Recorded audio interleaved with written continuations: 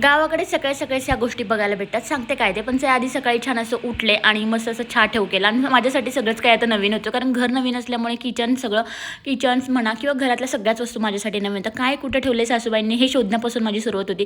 कसं बसं धुंडून धुंडून मी चहा वगैरे ठेवलं. त्यांनी तर ठेवलाच होता, पण मी म्हटलं माझ्यासाठी ठेवा. चहा ठेवला, मस्त चहा असा पिऊन घेतला आणि पिल्लू माझं सकाळी सुटून मस्त फ्रेश अंघोळ करून खेळत होतं.